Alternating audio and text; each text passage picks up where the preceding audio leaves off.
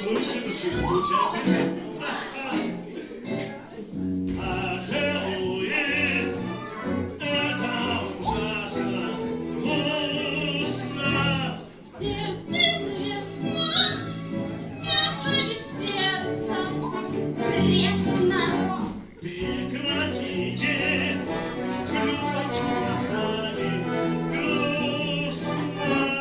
Целоваться это так интересно. Поцелуй Это только начало, а дальнейшем говорить нечестно. Если грустно, чтобы вам кричало, поцелуйтесь, это, друзья, полезно.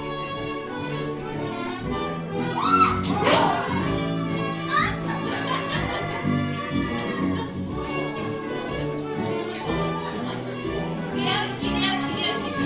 Ребята, как я быстро договорилась. Надо, братцы, круто за дело взяться.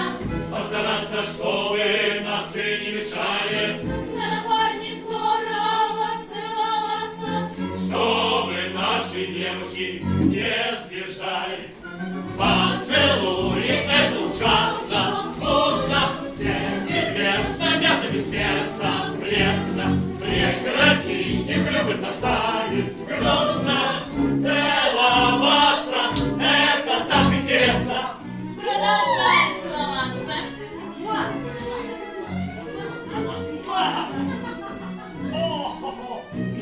Однако, господа, не забывайте.